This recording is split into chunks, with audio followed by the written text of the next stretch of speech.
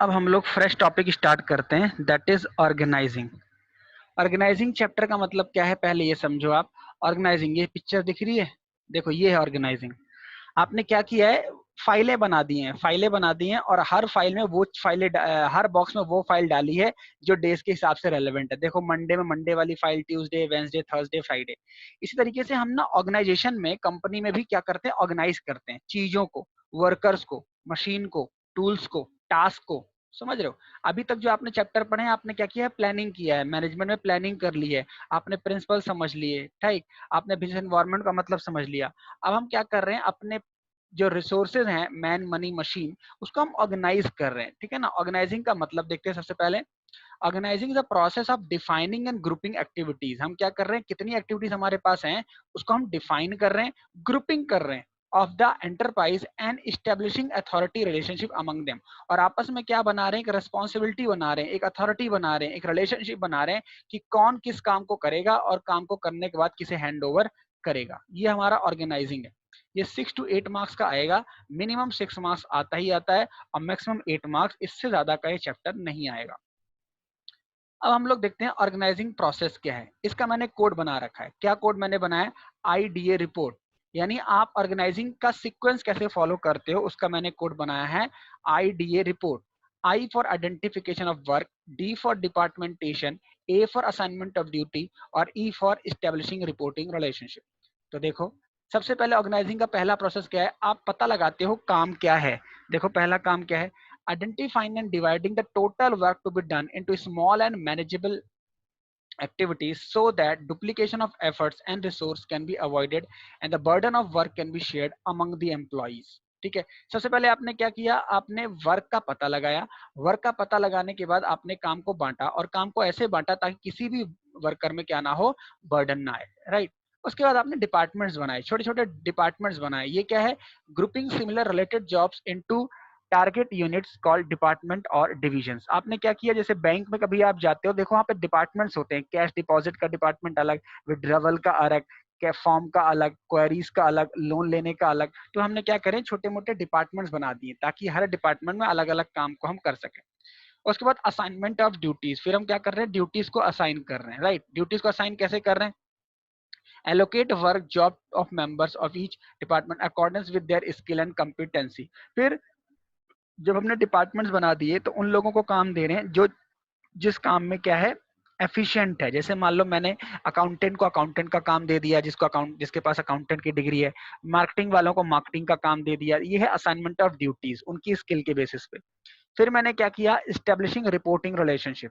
फिर मैंने बना दिया कि काम को करने के बाद कौन किसको रिपोर्ट कब करेगा। Authority responsibility relationship establish so that each individual may know from whom he or she has to take order and whom he or she accountable, right। काम किससे लेना है और काम किसको करके देना है, ये हमारा हो जाएगा स्टेब्लिशिंग रिपोर्टिंग रिलेशनशिप। यहाँ तक बताओ कोई प्रॉब्लम? उसके बाद फिर आगे चलें।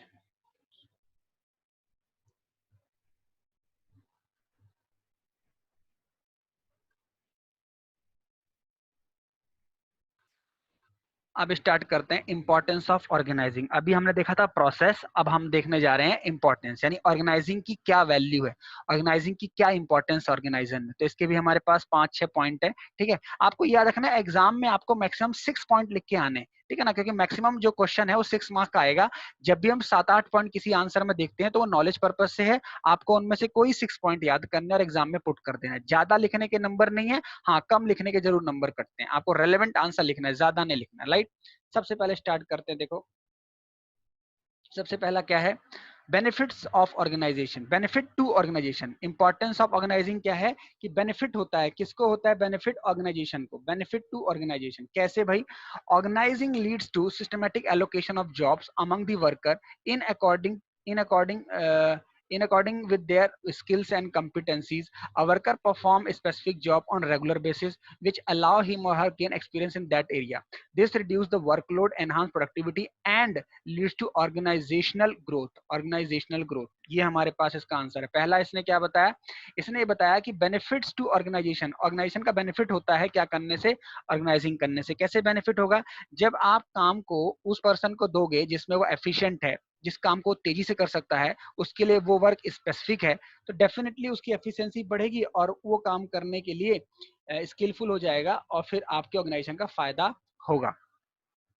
क्लैरिटी इन वर्किंग रिलेशनशिप, दूसरा हमारे पास फायदा, establishing of working relationship under organizing clarify lines of communication and specify who is report to home.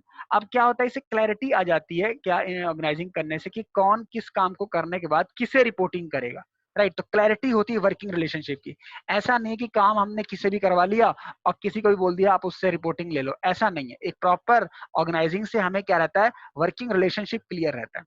उसके बाद इफेक्टिव एडमिन रहेगा। एडमिन इफेक्टिव कैसे रहेगा, organizing clarify jobs, duties and authority responsibility relationship, this help avoid confusion and duplication, enable proper execution of work, thus managing an enterprise become easy and bring effectiveness of administration। कैसे, अगर आप क्या करोगे, clarify कर दोगे job को, किसे कौन सा काम करना है, और उनमें क्या बना दोगे, अथॉरिटी रिस्पांसिबिलिटी रिलेशनशिप बना दोगे, उससे क्या रहेगा हमारे पास, ये रहेगा कि काम को हमने बेटर तरीके से किया और हमारे एम्प्लॉयज में एफिशिएंट हो जाएंगे।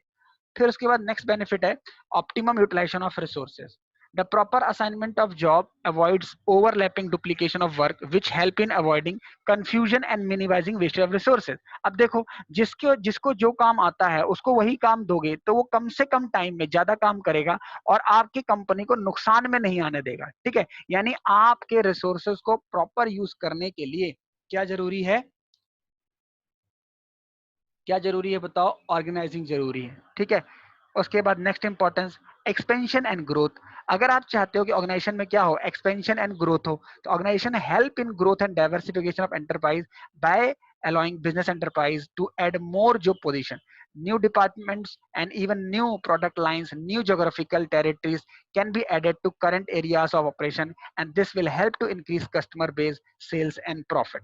बात समझ में आई यहाँ पे, आपकी कंपनी में बेटर ऑर्गेनाइजेशन से क्या होगा, आपके फ्यूचर की ग्रोथ होगी, आपके वर्कर्स की ग्रोथ होगी, डिपार्टमेंट्स की ग्रोथ होगी, आप नए डिपार्टमेंट्स बना सकते हो, नए प्रोडक्ट लाइन ऐड कर सकते हो, ये आपकी ग्रोथ का साइन है। उसके बाद नेक्स्ट एडवांटेज है वो है adaption of change.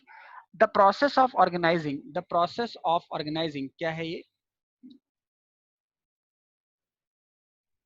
The process of organizing allow a business enterprise to adopt itself according to the change in business environment। Very good। अब business environment के चैप्टर में हमने देखा था कि business environment कैसा है, कॉम्प्लेक्स है, डायनामिक है, कीप ऑन चेंजिंग है। तो business environment को समझने के बाद हम बढ़िया ऑर्गेनाइजिंग अगर करेंगे तो हमारे पास क्या हो जाएगा, चेंज को अडॉप्ट करने में हेल्प मिलेगा। जो एनवायरमेंट जितना चेंज लाएगा हम उस हिसाब से अपनी कंपनीज को भी, अपने वर्कर को भी चेंज कर लेंगे। नेक्स्ट हमारे पास क्या है, डेवलपमेंट ऑफ पर्सनल। पर्सनल मतलब employ. Organizing stimulate creativity among the managers. Effective delegation allow the managers to reduce their workload by assigning routine job to their subordinates। अब देखो, बढ़िया ऑर्गेनाइजिंग से क्या होगा, एक रिलेशनशिप बढ़िया क्रिएट होगा, डेलीगेशन हमारा क्रिएट होगा। डेलीगेशन आगे पढ़ने वाले डिटेल से। डेलीगेशन का मतलब होता है काम को देना, ठीक है। डेलीगेशन बढ़िया क्रिएट होगी और जो वर्कलोड है वो कम से कम होगा और हमारे सभी पर्सनल का, एम्प्लॉयज का क्या होगा, डेवलपमेंट होगा। तो this was the importance of organizing. बताओ यहाँ तक कोई प्रॉब्लम। अब हमारे पास टॉपिक है ऑर्गेनाइजेशनल स्ट्रक्चर। स्ट्रक्चरिंग कर रहे हैं, अब हम अपने ऑर्गेनाइजेशन को क्या कर रहे हैं, स्ट्रक्चरिंग दे रहे हैं। ये क्या होता है स्ट्रक्चरिंग करना, ये डायग्राम समझ में आएगा। देखो, ये है स्ट्रक्चरिंग, ये है हायरार्की, ये है सिस्टम। इस तरीके से कंपनी में डिपार्टमेंट्स बन जाते हैं, ठीक है। तो देखो क्या है स्ट्रक्चरिंग का मतलब, organizational structure refers to framework within which managerial and operating task are perform. किस तरीके से मैनेजरियल और ऑपरेटिंग टास्क को परफॉर्म किया जाएगा, कौन मैनेज करेगा, कौन ऑपरेट करेगा, कौन इंप्लीमेंट करेगा। It specifies relationship between people, work and resources. ये बताता है कि रिलेशनशिप क्या है, पीपल, वर्क एंड रिसोर्सेज में क्या रिलेशनशिप है, राइट। यह है स्ट्रक्चरिंग करना। अब ध्यान से सुनेंगे, जो आप स्ट्रक्चरिंग करते हो, ऑर्गेनाइजेशन स्ट्रक्चरिंग करते हो, वो दो टाइप की होती है, या तो हो जाएगी फॉर्मल ऑर्गेनाइजेशन या हो जाएगी इनफॉर्मल ऑर्गेनाइजेशन। फॉर्मल ऑर्गेनाइजेशन हम पढ़ते हैं तो फॉर्मल ऑर्गेनाइजेशन के अपने एक तरीके हैं, फॉर्मल ऑर्गेनाइजेशन के अपने एडवांटेज डिसएडवांटेज हैं और इनफॉर्मल के अपने एडवांटेज डिसएडवांटेज हैं, राइट। अब आप देखो, ऑर्गेनाइजेशन स्ट्रक्चर में सबसे पहले हम देखते हैं फॉर्मल ऑर्गेनाइजेशन। फॉर्मल का मतलब होता है ऐसा ऑर्गेनाइजेशन जहां पे आपने रूल्स बना रखे हैं, स्टेप्स बना रखे हैं, हायरार्कीज डिफाइन कर रखी हैं, लोग उस हायरार्की को ब्रेक नहीं कर सकते। Formal organization refers Formal organization refers to the organization structure which is designed by the management to achieve organizational goal. The structure is a formal organization. The structure in formal organization can be functional और divisional. अभी हम आगे पढ़ने वाले हैं जो formal organization होता है वो further या तो क्या होगा functional या क्या होने वाला है divisional. मेरी बात ध्यान से सुनिए, फॉर्मल ऑर्गेनाइजेशन में क्या होता है, चीजें स्ट्रक्चरिंग करी जाती हैं, रूल्स रेगुलेशन बनाए जाते हैं। फॉर्मल ऑर्गेनाइजेशन को आगे दो कैटेगरी होती है, या तो ये फॉर्मल हो सकता है या इनफॉर्मल हो सकता है, सॉरी फंक्शनल हो सकता है या डिविजनल हो सकता है, राइट। अब ये सिंपल सी बात है, मैंने एग्जांपल लिया हुआ है यहाँ पे। अब जैसे कोचिंग की बात करें, जैसे टीचिंग की बात करें, तो टीचिंग अगर आप स्कूल में क्लासेस लेते हो, स्कूल का जो करिकुलम है वो एक तरीके से formal education, right, formal education. और ये क्या है, कोचिंग इंस्टीट्यूट जो हम लेते हैं वो क्या हो जाएगा, informal education, right.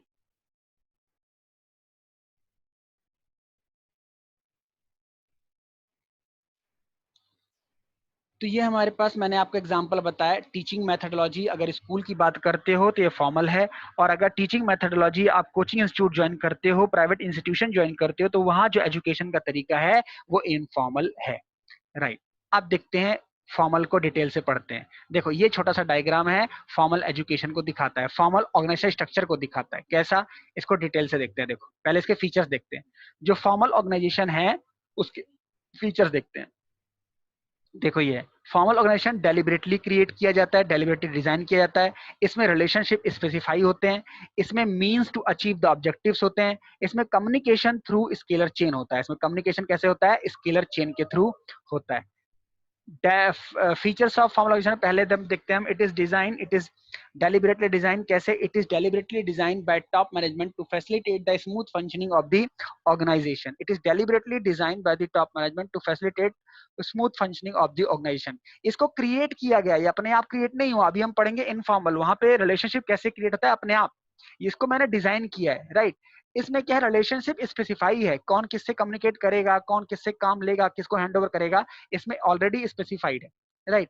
Means to achieve objective, इसको क्यों क्रिएट किया गया है, क्यों बनाया गया है, ताकि हम ऑर्गेनाइजेशन के ऑब्जेक्टिव को अचीव कर पाए, जो हमने प्लान कर रखा है उसको अचीव कर पाए, जो रूल्स बना रखा है उसको हम फॉलो कर पाए, राइट। और एक कम्युनिकेशन कैसे होगा इसमें बताओ, चैप्टर नंबर 2 में पढ़ा था, चैप्टर नंबर 2 में प्रिंसिपल्स में, इसमें कम्युनिकेशन होगा स्केलर चेन के थ्रू। इसमें हम हायरार्की फॉलो करेंगे, इसमें रैंडम कम्युनिकेट नहीं कर सकते आप किससे भी, राइट। उसके बाद standard of behaviour are laid down, यहाँ पे काम कैसे होगा, बिहेवियर के थ्रू, नॉर्म्स के थ्रू, सेट ऑफ रूल्स के थ्रू, राइट। तो ये हमारे पास फीचर्स हो गए, फीचर्स ऑफ फॉर्मल ऑर्गेनाइजेशन। बताओ यहाँ तक कोई इशू। देखो अब हम स्टार्ट करते हैं, advantage disadvantage of formal organization. Formal organization के क्या फायदे हैं, क्या नुकसान है, उसकी एडवांटेज क्या है, उसके नुकसान क्या है। तो देखो इसमें सबसे बड़ा फायदा है, इसमें आप रेस्पॉन्सिबिलिटी फिक्स कर सकते हो, कौन क्या काम करेगा इसमें ऑलरेडी फिक्स है। दूसरा फायदा क्या है, अवॉइडिंग डुप्लीकेशन ऑफ एफर्ट, एक काम को दो बंदा नहीं कर रहा, एक काम को दो बार नहीं किया जा रहा, जो कि इनफॉर्मल में होगा ये गलती।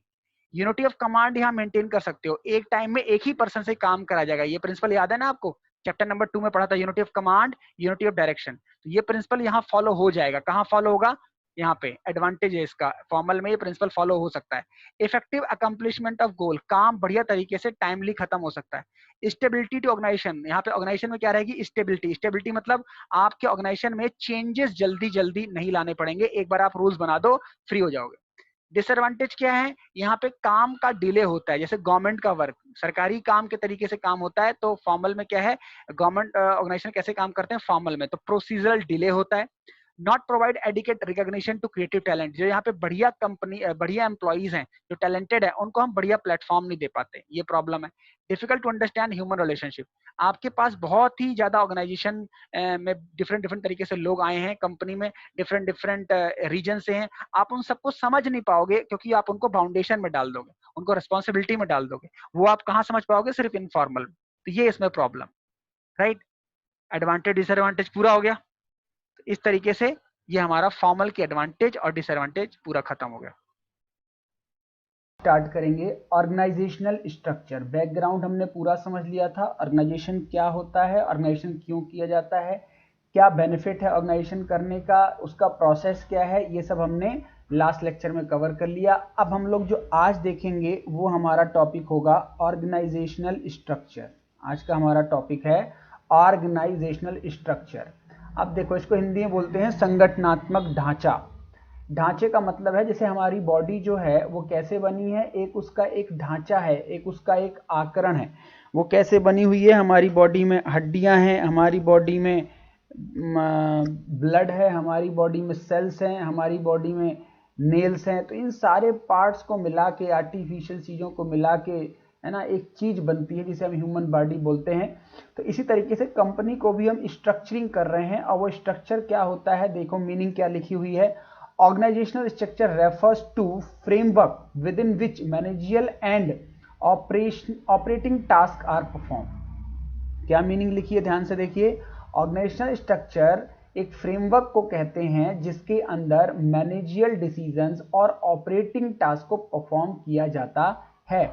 It specify the relationship between people, work and resources. तीन चीजों का ये क्या बताता है, रिलेशनशिप बताता है। पीपल, वर्क एंड रिसोर्सेज, लोगों का काम से रिसोर्स का क्या रिलेशन है। ये कैसे पता चलेगा, जब आप अपनी कंपनी में क्या कर लोगे, ऑर्गेनाइजेशनल स्ट्रक्चरिंग कर लोगे, तब आपको पता चलेगा।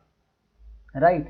अब आपकी बुक में डायग्राम दिख रहा है, थोड़ा सा कोशिश करेंगे समझने की, लेकिन इसको हम डिटेल से देखेंगे जब हम टाइप्स ऑफ ऑर्गेनाइजेशनल स्ट्रक्चर देखेंगे। देखो ये चार्ट क्या है, जैसे मान लो ये किसी कंपनी का स्ट्रक्चर है। सबसे टॉप पे है किसी कंपनी का डायरेक्टर। डायरेक्टर जो होता है कंपनी का टॉप मोस्ट पर्सनल होता है। मालिक नहीं बोलते आप डायरेक्टर को, डायरेक्टर को हम मालिक नहीं बोल सकते। वो मालिक हो सकता है लेकिन डायरेक्टर को मालिक बोलना गलत है। कई कंपनी में डायरेक्टर बोलते हैं जो कंपनी को डायरेक्ट करता है, जो कंपनी की दिशा निर्देश करता है। उसके बाद मैनेजर। मैनेजर के अंदर हम टीम को बांटते हैं लीडर। लीडर कंपनी में मल्टीपल हो सकते हैं। फिर लीडर के बाद हम लोग अथॉरिटी देते हैं सुपरवाइजर, और सुपरवाइजर के बाद हम लोग देते हैं ऑपरेटर, जिसे आप ऑपरेटिव्स भी कह सकते हैं। फिर उसके अंदर जो डिपार्टमेंट्स हैं वो काम को संभालेंगे। तो एक बड़ी कंपनी को टुकड़ों में तोड़ा गया। कैसे, आप डायरेक्टर हैं, डायरेक्टर के अंदर मैनेजर्स हैं, मैनेजर्स के अंदर लीडर्स हैं, उनके अंदर सुपरवाइजर्स हैं। इतने प्रकार की पोस्ट होती हैं कंपनी। जब आप प्रैक्टिकली काम करने जाओगे आपको इतने सारे वहाँ डेजिग्नेशन दिए जाएंगे। क्या, assistant manager, deputy manager, director, assistant director, deputy director, chief executive director, बहुत सारे ऐसे क्या हैं, एक आपको पोजीशन दी जाती है जिससे आप कंपनी में काम करते हो और आपका लेवल पता चले। अच्छा, थियोरेटिकली देखा जाए तो हमारे पास ऑर्गेनाइजेशन स्ट्रक्चर दो टाइप का होता है। ऑर्गेनाइजेशन स्ट्रक्चर दो टाइप का होता है, एक फॉर्मल ऑर्गेनाइजेशन और एक इनफॉर्मल ऑर्गेनाइजेशन। जैसे कि एजुकेशन, एजुकेशन को अगर मैं स्ट्रक्चरिंग करूं तो एक होती है शिक्षा एक फॉर्मल वे में, जैसे स्कूल है, कॉलेज है, जिसमें आप जाते हो, एडमिशन कराते हो, क्लास लेते हो, फिर शाम को घर आते हो। ये है एक फॉर्मल वे। वहाँ का एक ड्रेसिंग सेंस होता है, वहाँ का एक एनवायरनमेंट होता है, आपको उसके अकॉर्डिंग अपने आप को ढालना होता है। ये है फॉर्मल एजुकेशन। इसी तरीके से जब कंपनी में आप काम करते हो तो संस्था भी दो तरीके से चलती है, एक तो फॉर्मल ऑर्गेनाइजेशन और एक इनफॉर्मल ऑर्गेनाइजेशन। एजुकेशन में अगर आप कोचिंग लेते हो, अगर आप इंस्टीट्यूट ज्वाइन करते हो, ट्यूशन क्लासेस लेते हो, ट्रेनिंग इंस्टीट्यूट ज्वाइन करते हो, तो वहाँ जो स्ट्रक्चर है वो इनफॉर्मल है। इनफॉर्मल का मतलब, फॉर्मल में आप वो है जहाँ से आप कोलैबोरेट करते हो, जहाँ से आपको सर्टिफिकेट मिलता है, जहाँ से आप डिग्री लेते हो। लेकिन उसकी हेल्प के लिए, आप अपनी नॉलेज को एनहांस करने के लिए, असिस्टेंस के लिए आप किसी ऑर्गेनाइजेशन से जुड़ते हो, तो वहाँ का जो स्ट्रक्चर बोलता है उसे हम इनफॉर्मल ऑर्गेनाइजेशन बोलते हैं। तो फॉर्मल ऑर्गेनाइजेशन देखिए क्या लिखा हुआ मीनिंग में। Formal organization refers to organization structure which is design, main important line क्या है, which is designed by the management.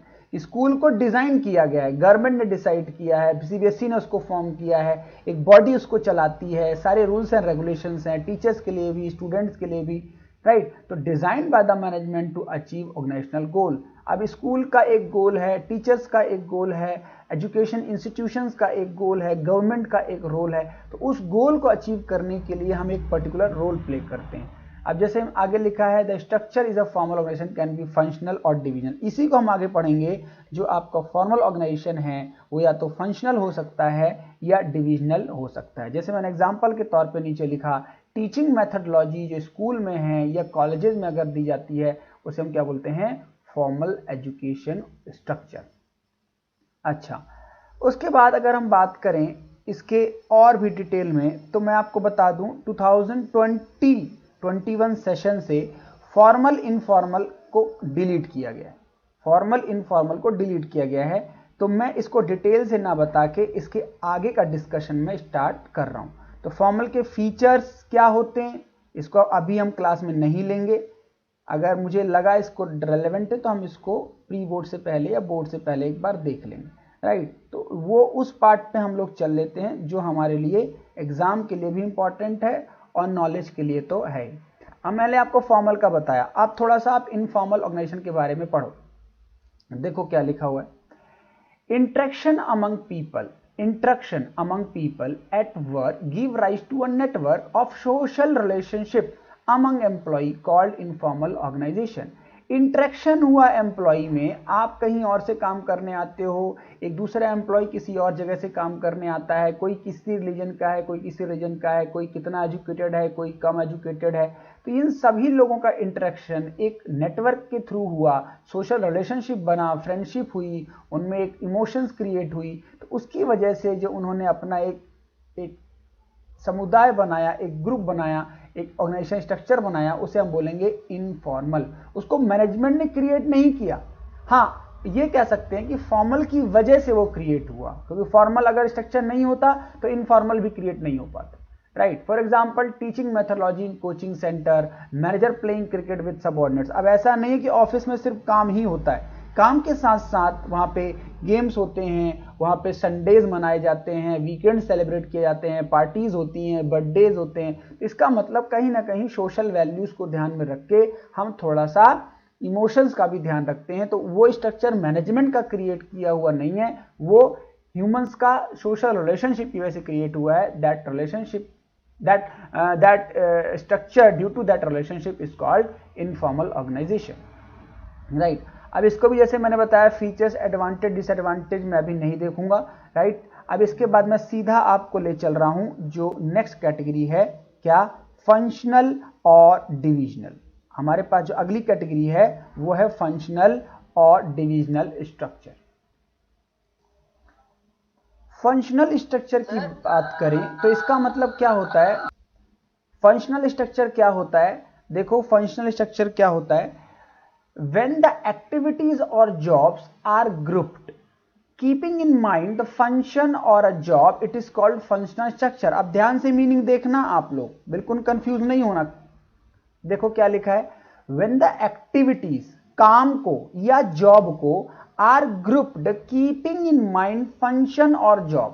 जब आप अपने ऑर्गेनाइजेशन में काम को कैसे बांटते हो, आपको काम क्या मिला है, कब उसको फिनिश करना है, कितने इसको टाइम लगेंगे, कितना समय लगेगा, कितने व्यक्ति लगेंगे, तो इसका मतलब आप अपने ऑर्गेनाइजेशन को कैसे डिवाइड कर रहे हो, फंक्शन के हिसाब से, फंक्शनल स्ट्रक्चर उसे बोलते हैं।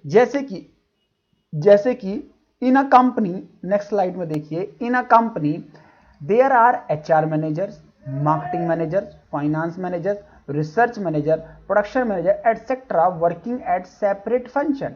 अब कंपनी एक ही है लेकिन कंपनी को कैसे बांटा गया, काम के आधार पर। एम्प्लॉय को हायर करना है, HR रख लीजिए, मार्केटिंग करनी है, विज्ञापन करना है, मार्केटिंग मैनेजर रख लीजिए, पैसों का देखभाल करना है, फाइनेंस मैनेजर रख लीजिए, रिसर्च करवानी है, रिसर्च मैनेजर रख लीजिए, प्रोडक्शन का जिम्मा किसी को देना है, प्रोडक्शन मैनेजर।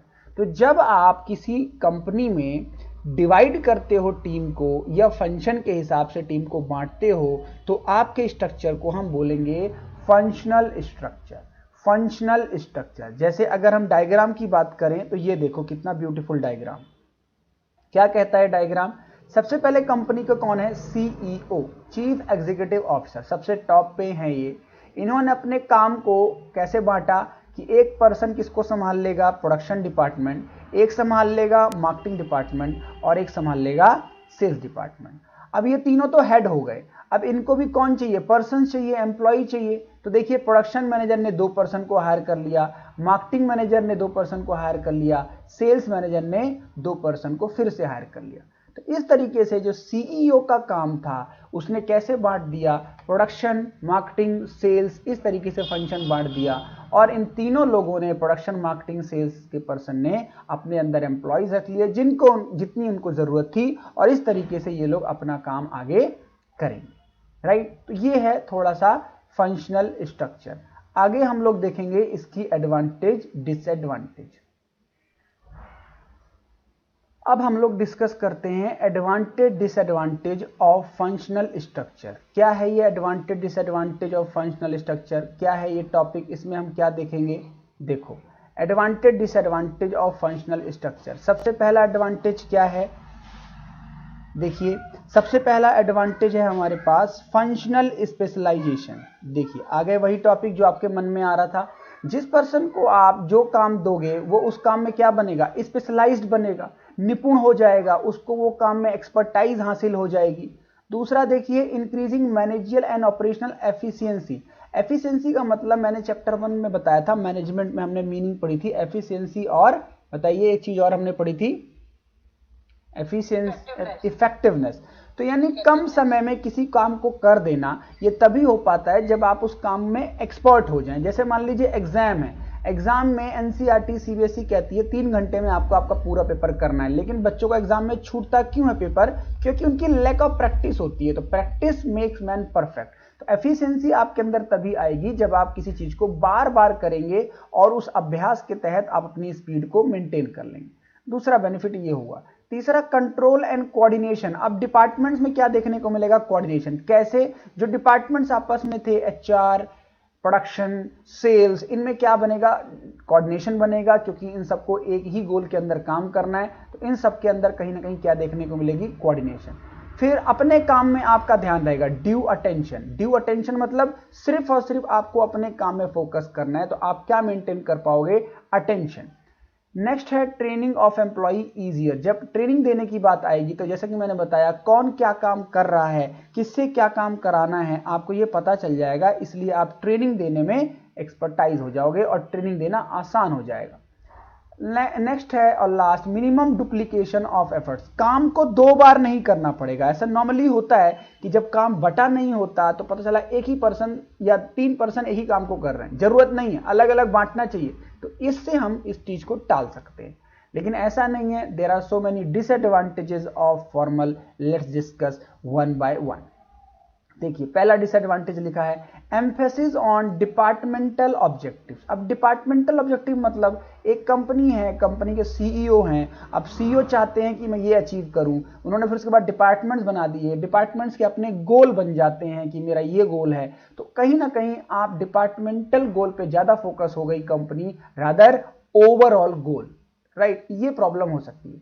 दूसरा है कॉन्फ्लिक्ट ऑफ इंटरेस्ट। हो सकता है सेल मैनेजर कि किससे नहीं बनती, प्रोडक्शन मैनेजर से, फाइनेंस मैनेजर किससे नहीं बनती। इस तरीके से जो डिस्प्यूट अराइज हो रहा है वो कहीं ना कहीं इंटरेस्ट डिस्प्यूट हो रहा है, लोगों की जो है म्यूचुअल अंडरस्टैंडिंग मैच नहीं कर रही। Lead to inflexibility. इनफ्लेक्सिबिलिटी मतलब चेंजेस नहीं ला पा रहे हम, हमें कुछ परिवर्तन करना है कंपनी में, हमें पर्सन से काम को नहीं कराना है, या तो हमें कहीं ना कहीं उसमें इनफ्लेक्सिबिलिटी फील हो रही है, हम उससे वो काम को नहीं टेक आउट कर पा रहे। नेक्स्ट है डिफिकल्टी टू फिक्स रिस्पॉन्सिबिलिटी। अब रिस्पॉन्सिबिलिटी फिक्स करने में प्रॉब्लम कब आती है, जब आपको लगता है कि आपके पास स्टाफ जो है सफिशिएंट नहीं है, एक एफिशिएंट स्टाफ नहीं है, तो रिस्पॉन्सिबिलिटी फिक्स करने में प्रॉब्लम आ रही है। लेकिन अगर आपके पास डिपार्टमेंट अच्छा हो, लोग मन लगा के काम करें, तो आपको रिस्पॉन्सिबिलिटी फिक्स करने में प्रॉब्लम नहीं आएगी।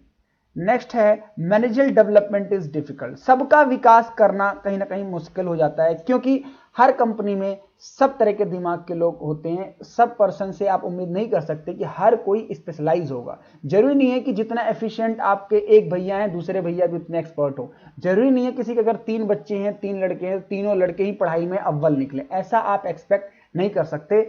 सबका अलग अलग वैल्यू है, सबकी अलग अलग थिंकिंग है। तो this is the advantage and disadvantage of what, functional structure. अब एग्जाम में क्वेश्चन क्या आता है, सूटेबिलिटी। एग्जाम में पूछता है कि बताओ कौन सी कंपनी को ये फंक्शनल स्ट्रक्चर अडॉप्ट करना चाहिए। तो हम एग्जाम में क्या लिख के आएंगे, ध्यान से देखो।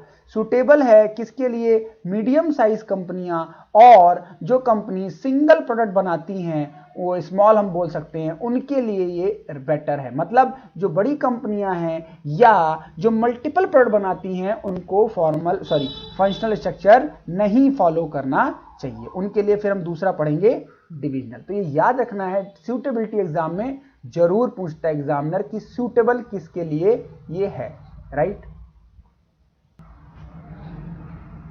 चलिए नेक्स्ट हमारे पास आ गया डिविजनल स्ट्रक्चर। डिविजनल स्ट्रक्चर, अगर आपको फंक्शनल समझ में आ गया तो डिवीजन और भी बढ़िया समझ में आएगा, राइट। कैसे, देखो डिविजनल स्ट्रक्चर, ये पहले आप इस चार्ट को देख लो तो डिवीजन स्ट्रक्चर ज्यादा आपको बेटर समझ में आएगा, क्योंकि आपके माइंड में क्लैरिटी हो जाएगी कि डिवीजन हम बना क्यों रहे हैं, डिवीजन का मतलब क्या है।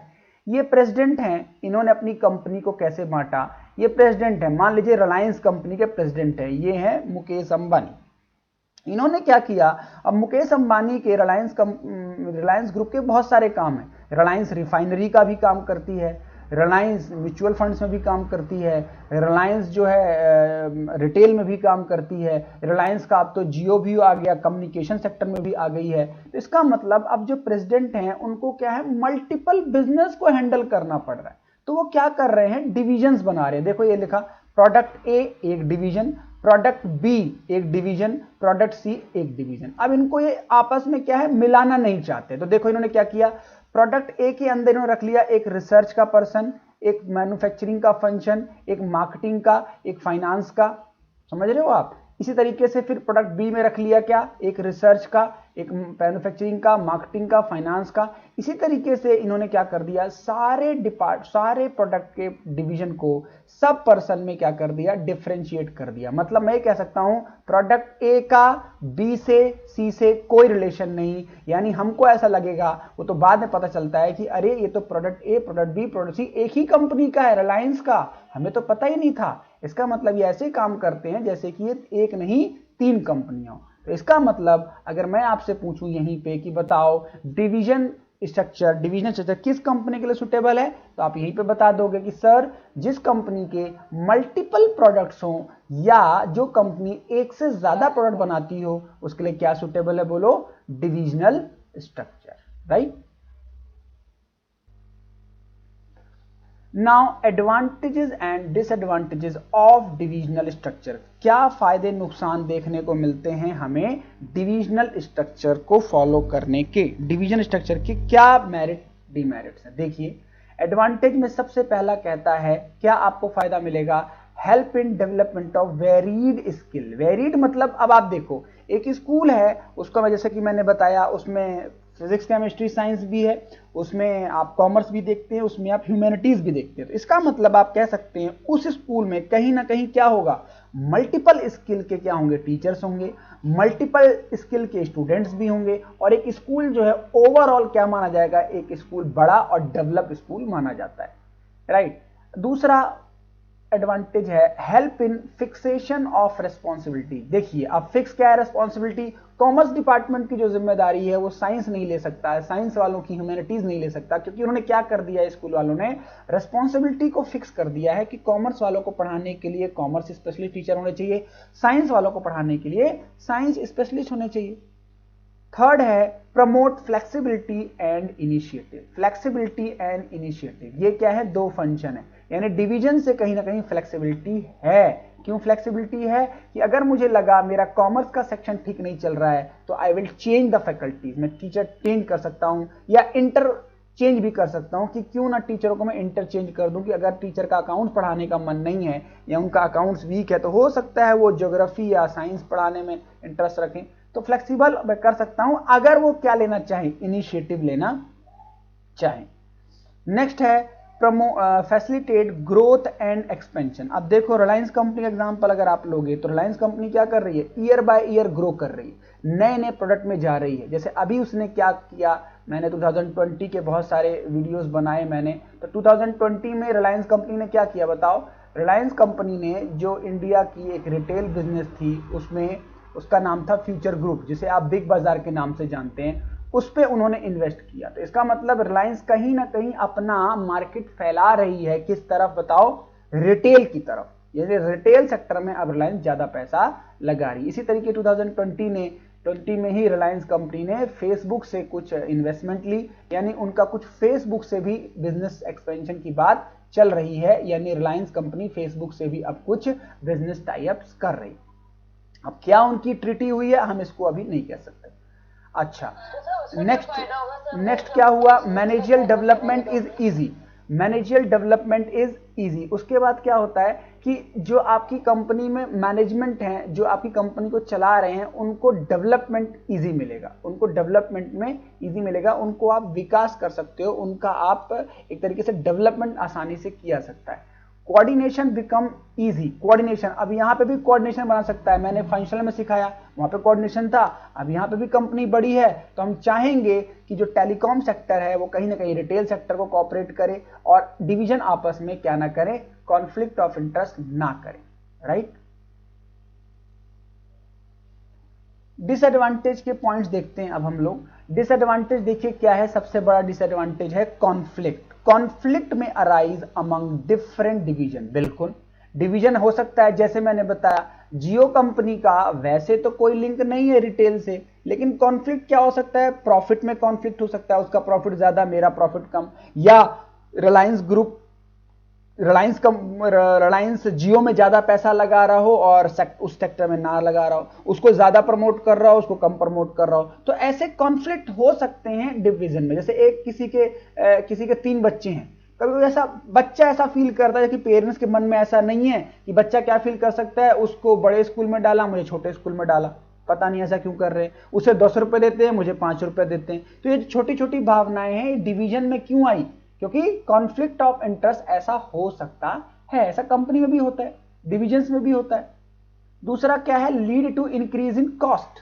Lead to increase in cost. अब देखो ना, डिविजनल कंपनी है तो जाहिर है बहुत बड़ी कंपनी है, एक डिपार्टमेंट मल्टीपल डिपार्टमेंट्स हैं, तो कहीं ना कहीं सैलरी क्या है, बहुत ज्यादा पे करनी पड़ रही है, बहुत ज्यादा एम्प्लॉइज आपके पास काम कर रहे हैं, तो कहीं ना कहीं अगर डिवीजन में आप फॉलो कर रहे हो तो आपको एक बहुत ज्यादा पैसा सैलरीज में, इनडायरेक्ट एक्सपेंसेस में और बहुत सारे प्रमोशनल कॉस्ट में रखने पड़ते हैं।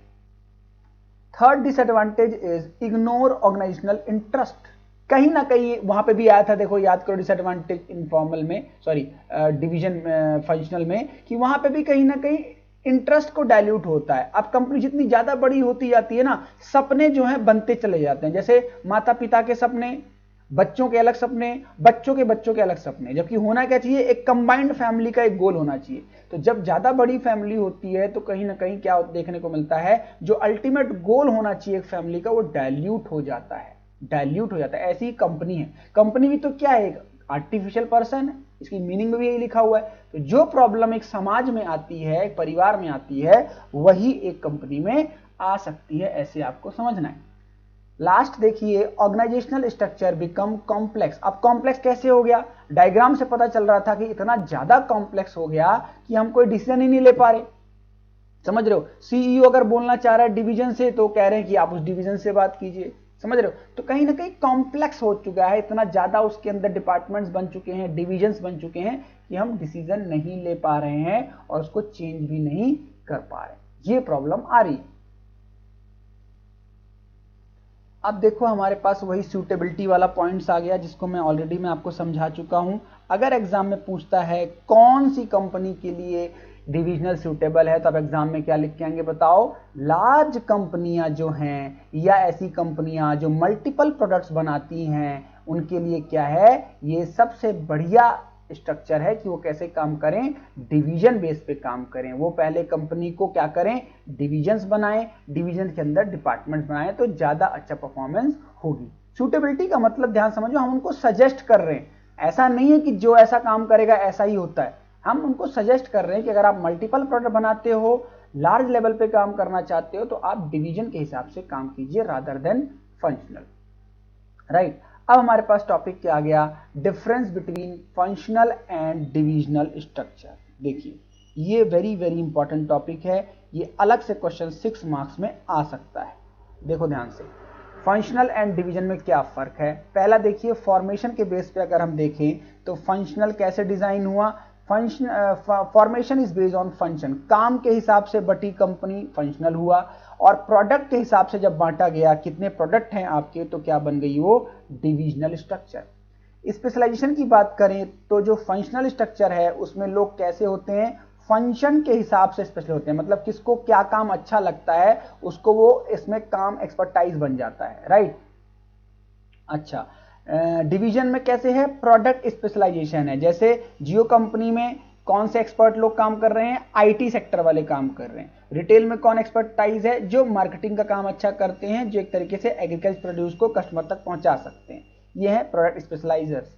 रिस्पॉन्सिबिलिटी की बात करें तो यहाँ डिपार्टमेंट फंक्शन में difficult to fix on department में थोड़ा सा रिस्पॉन्सिबिलिटी फिक्स करने में प्रॉब्लम आ रही है, और यहाँ पे क्या है, फिक्स टू रिस्पॉन्सिबिलिटी इजी है। क्यों? क्योंकि यहाँ आपने डिवीजन बनाए, फिर डिपार्टमेंट्स बनाए, तो कहीं ना कहीं रिस्पॉन्सिबिलिटी को फिक्स करना आसान हो गया as compare to functional structure.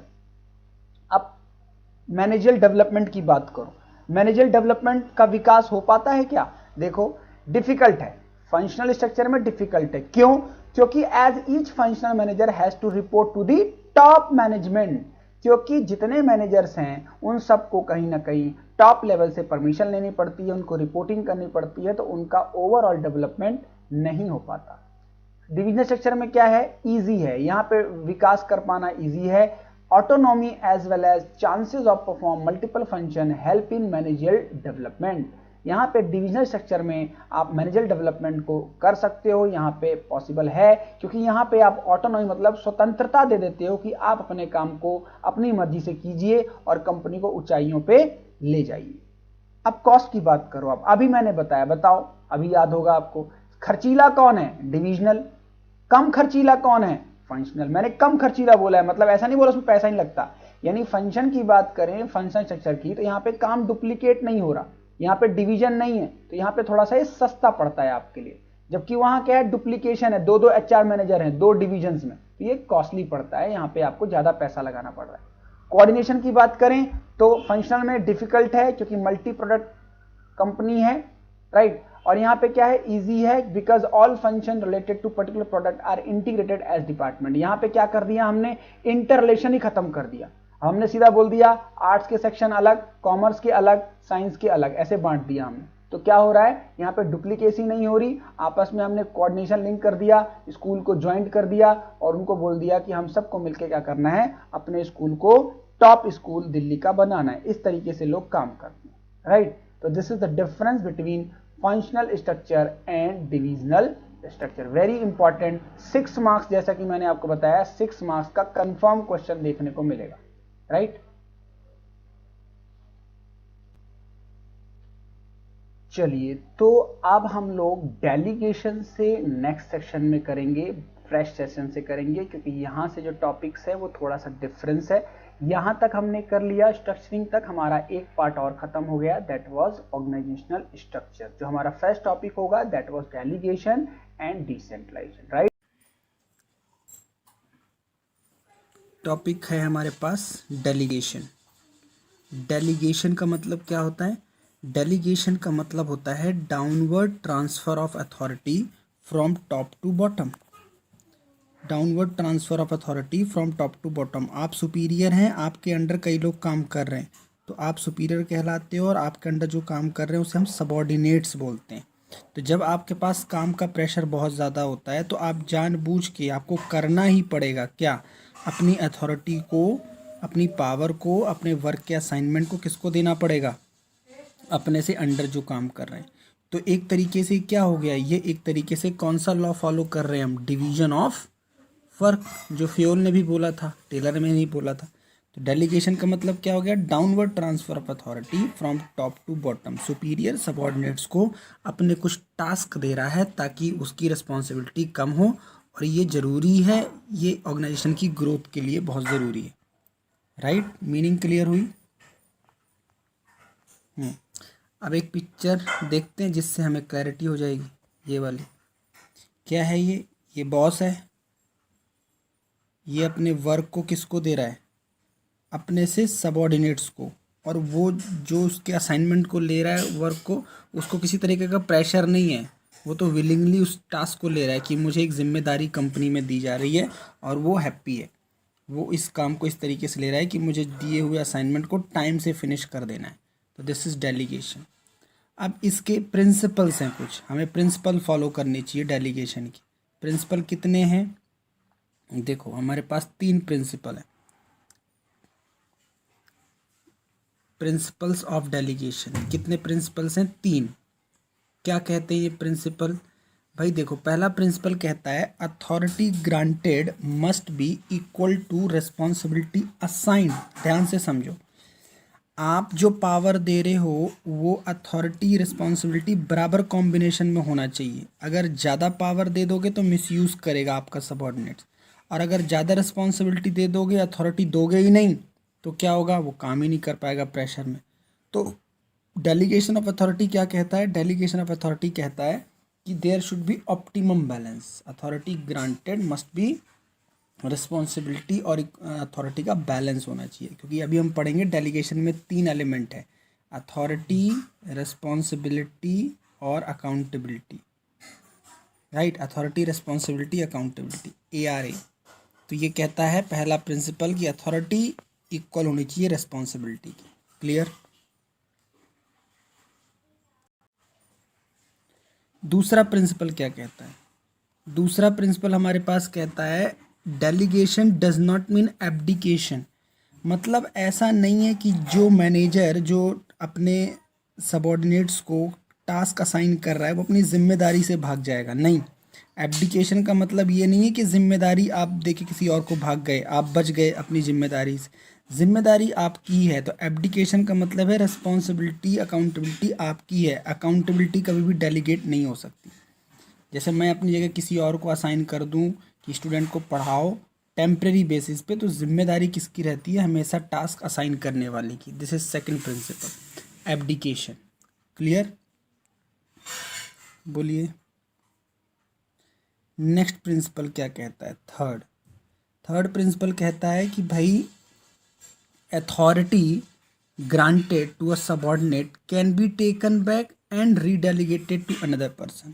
आप ऐसी अथॉरिटी, आप ऐसी एक तरीके से प्रिंसिपल ये कहता है, इस तरीके से आप क्या करो, डेलीगेट करो जिसको आप उसको रीडेलीगेट कर सको। अगर वो परफॉर्म बेटर ना करे तो किसी और को आप टास्क असाइन कर दो। तो रीडेलीगेटेड का कॉन्सेप्ट यही कहता है। क्लियर हुआ। अथॉरिटी एस डेलीगेशन ऐसा होना चाहिए जिसमें आप किसी और को रीडेलीगेट कर सको, मजबूरन ना करनी पड़े। तो ये 3 प्रिंसिपल अगर फुलफिल होते हैं तो इसका मतलब एक बेटर डेलीगेशन का कॉन्सेप्ट हम लोग फॉलो कर रहे हैं, राइट।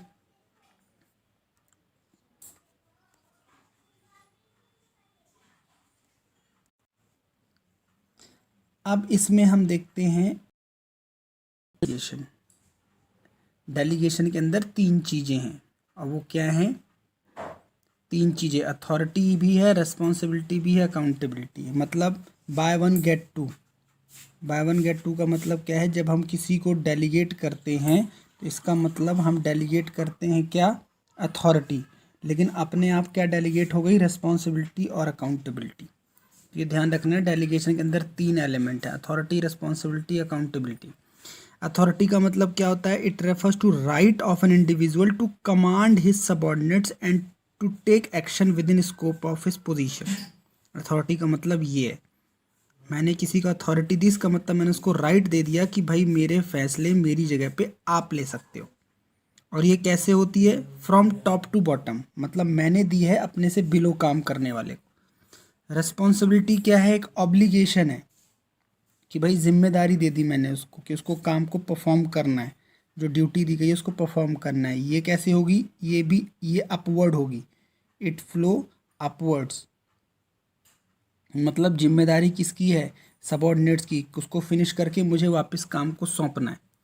अकाउंटेबिलिटी का मतलब क्या है, आंसरेबिलिटी, जो हमेशा किसके पास होती है, मैंने ये पढ़ाया एब्डिकेशन का प्रिंसिपल, कि हमेशा जो डेलीगेशन करेगा उसी की रिस्पॉन्सिबिलिटी है, क्योंकि इससे आप बच नहीं सकते। तो अकाउंटेबिलिटी कहती है it refers to answerability for the final outcome of the assigned task. और अकाउंटेबिलिटी कैसे फ्लो करती है, इट फ्लो अपवर्ड्स, ये भी अपवर्ड्स है। मतलब जिसको जिम्मेदारी दी गई है वो फिर मेरे को रिपोर्टिंग करेगा, मैं अपने से ऊपर वाले को रिपोर्ट करूंगा, इस तरीके से अकाउंटेबिलिटी चलती है। लेकिन ये लास्ट में बोलता है it can not be delegated. मतलब हम डेलीगेट एक्चुअली में कर क्या रहे हैं, सिर्फ रेस्पॉन्सिबिलिटी, हम सिर्फ रेस्पॉन्सिबिलिटी और अथॉरिटी डेलीगेट कर रहे हैं, हम किसी तरीके से अकाउंटेबिलिटी डेलीगेट नहीं होती। ये हमेशा किसकी रहेगी, डेलीगेट करने वाले पर्सन की, राइट। डेलीगेशन के साथ अगर क्वेश्चन आता है तो क्या क्वेश्चन आएगा, what is mean by delegation and what are its importance. तो हमें इसके क्या पढ़ने हैं, इम्पोर्टेंस ऑफ डेलीगेशन, यानी डेलीगेशन क्यों ज़रूरी है, इससे क्या बेनिफिट देखने को मिलता है। पहला बेनिफिट है जी इफ़ेक्टिव मैनेजमेंट। अब बिल्कुल जैसे मैंने आपको बताया डेलीगेशन एक तरीके से ज़रूरी हो जाता है, तो डेलीगेट करने के बाद मैनेजमेंट इफ़ेक्टिव हो जाएगा, काम तेज़ी से होगा, सबॉर्डिनेट्स के काम में मन लगेगा और सुपीरियर अपनी रिस्पॉन्सिबिलिटी को थोड़ा बर्डन को कम कर पाएगा। दूसरा इसका बेनिफिट है एम्प्लॉय मोटिवेट फील करेगा। मैंने कहा था जो जिसको काम दिया जाता है वो उसको प्रेशर में नहीं लेता, वो खुशी खुशी लेता है, एक तरीके से वो मोटिवेट हो रहा है कि मुझे कंपनी में काम को सौंपा जा रहा है, इसका मतलब मैं काम करने के लायक हूँ। इसी तरीके से एम्प्लॉय का डेवलपमेंट होगा, जब वो बड़े बड़े काम करेगा, टाइम पे करेगा, फिनिश करेगा, उसका फ्यूचर ग्रोथ होगी, आगे चल के उसको बड़ी पोस्ट दी जाएगी। इसी तरीके से कंपनी के एंगल देखा जाए तो कंपनी को इसमें क्या होगा, कंपनी का क्या होगा, बेटर ग्रोथ होगी, फैसिलिटेट ग्रोथ होगी, कंपनी एक्सपेंड करेगी, उसको ट्रेंड एम्प्लॉय मिलेंगे फ्यूचर के लिए। इस तरीके से फैसिलिटेट ग्रोथ। कोऑर्डिनेशन बना रहेगा, किसके बीच में कोऑर्डिनेशन, सुपीरियर और सबॉर्डिनेट्स के बीच में। एक बढ़िया अगर बॉस है अपने काम को डेलीगेट करता है तो दोनों के बीच में क्या बना रहेगा, हमेशा कोऑर्डिनेशन। लास्ट बेनिफिट बोलता है, last importance, creation of management hierarchy. Hierarchy का मतलब होता है सीक्वेंस, हायरार्की का मतलब होता है दोनों के बीच में रिलेशनशिप एक बेटर। तो ये कितने इंपॉर्टेंस हमने देखे, 6। तो इसको कैसे याद करेंगे हम, कुछ कंपनी के एंगल से और कुछ एम्प्लॉय के एंगल से।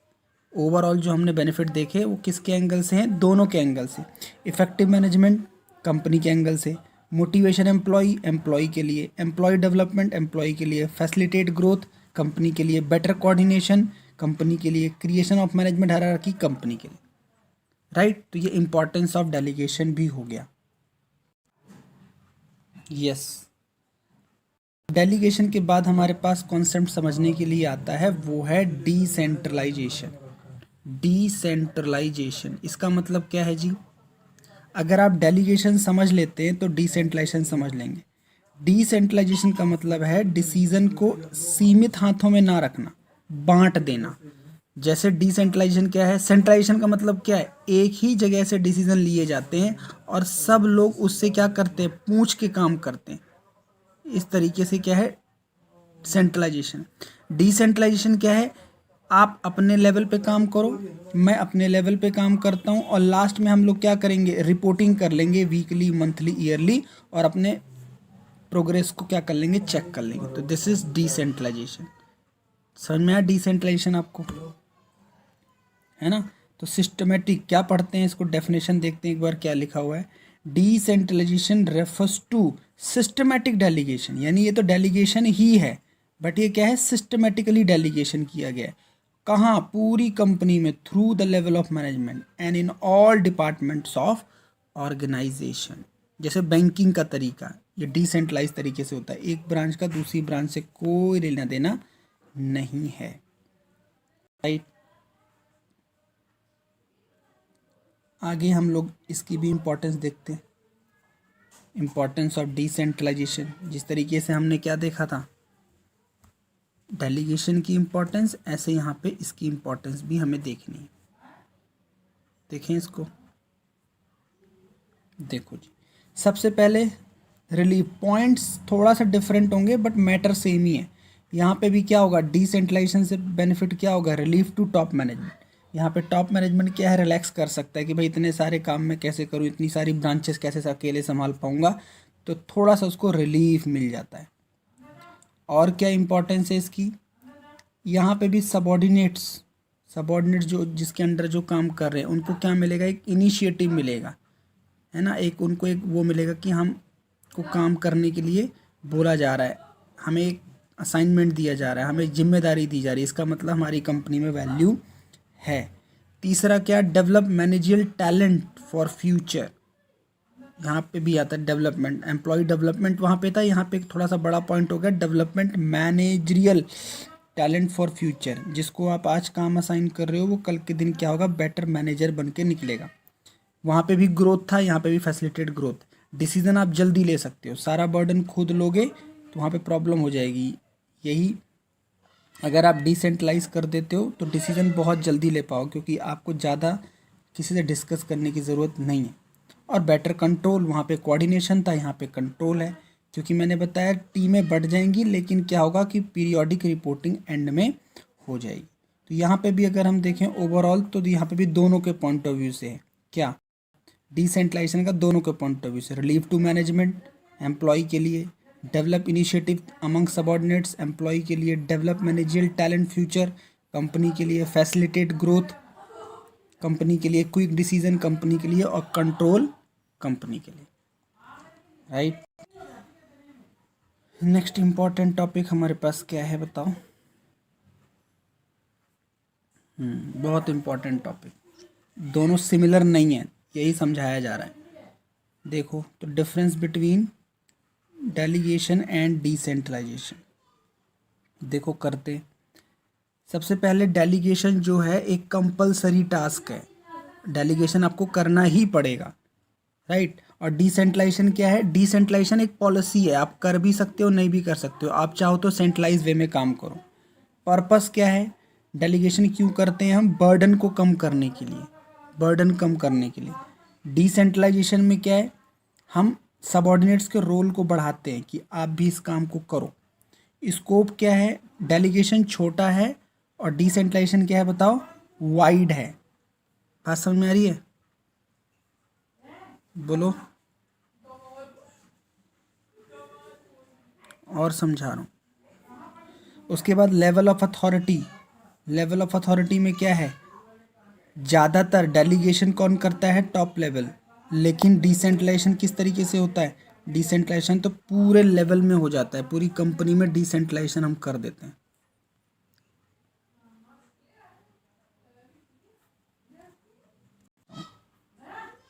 देखो एक बार मैं रिपीट कर रहा हूँ कि डेलीगेशन क्या है?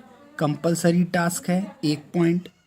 डिसेंट्रलाइजेशन ऑप्शनल पॉलिसी है, कंपनी सेंट्रलाइज से काम करे, डिसेंट्रलाइज से काम करे। डेलीगेशन में क्या है? बर्डन कम हो रहा है मैनेजर का। डिसेंट्रलाइजेशन में क्या है? सबऑर्डिनेट्स का रोल को बढ़ाया जा रहा है। ये डेलीगेशन क्या है? नैरो है, ये वाइड है। और डेलीगेशन क्या है? इसमें हम क्या कर रहे हैं? टॉप लेवल के पास से पावर को बिलो लेवल पे ले जा रहे हैं। डिसेंट्रलाइजेशन में हम सिस्टमेटिक डेलीगेशन कर रहे हैं पूरे through out organisation. Clear?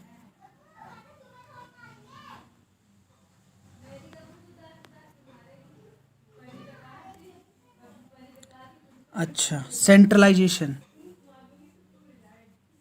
Centralisation एक छोटा सा टॉपिक और बचता है, इसके बारे में डिटेल से नहीं पढ़ना, लेकिन बस इसकी मीनिंग पढ़ लेनी है। सेंट्रलाइजेशन के बारे में कुछ नहीं पढ़ना। अगर आप डिसेंट्रलाइज समझ गए तो सेंट्रलाइजेशन भी समझ गए। सेंट्रलाइजेशन ये है सेंट्रलाइजेशन, जहाँ पे सारी पावर कहाँ है? एक पर्सन के पास। उससे सारी चीज़ें पूछ के करना है आपको कि सर आगे क्या करें, और सब लोग उसके अंडर में काम करेंगे। ये सेंट्रलाइजेशन है, राइट। तो देख लेते हैं डेफिनेशन क्या कह रही है। सेंट्रलाइजेशन की डेफिनेशन क्या कह रही है? Centralisation means concentration of all decision making function at the apex management hierarchy. Top पे ही सब कुछ रहेगा, उससे पूछ के आपको सारे काम करने। क्लियर? तो ये हमारा एक तरीके से इस डेलीगेशन को करने के बाद हमारा एक तरीके से ऑर्गेनाइजिंग का पूरा चैप्टर खत्म हो जाता है। क्लियर?